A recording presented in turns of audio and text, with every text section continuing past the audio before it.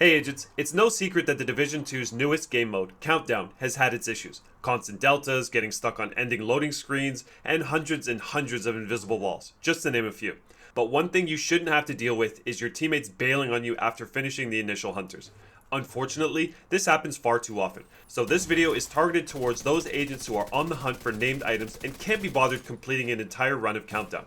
You do not need to join a group to do this. Stop ruining other people's experience.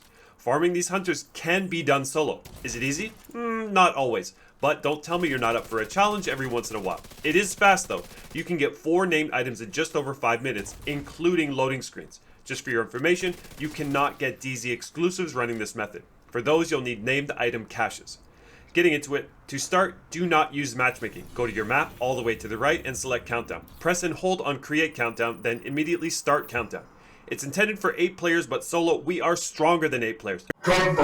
This is going to start up Countdown. Once you arrive, check your map and pray you don't have hostile hazard resistance. This can make things difficult as we won't be able to use the Scorpio or Foam on hunters until we deactivate it. Speaking of, you definitely want a Scorpio to do this solo. It just makes it so easy alongside Riot Foam. But anyways, our first order of business is to deactivate hazard resistance regardless of where it is on the map.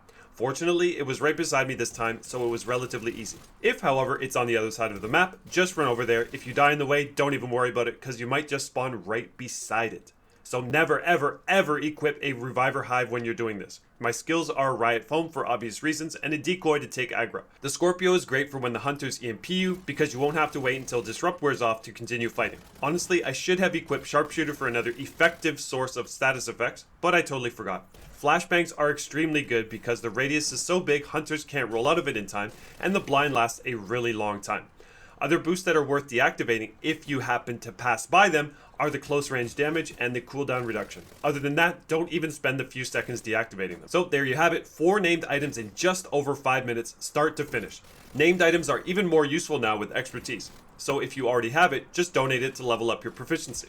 The build I used here was a basic 6 red crit damage build with Unbreakable and Vigilance. The Unbreakable can protect you for just long enough to deactivate a boost while a hunter is shooting you. If you're running as 2, I'd have one on boost duty with Unbreakable and the other on spotter. So if you've watched this and you still feel the need to rely on 7 teammates to kill the hunters before you bail, you suck. Go back to Minesweeper. For the rest of you, I hope this was helpful, and until next time, happy farming agents.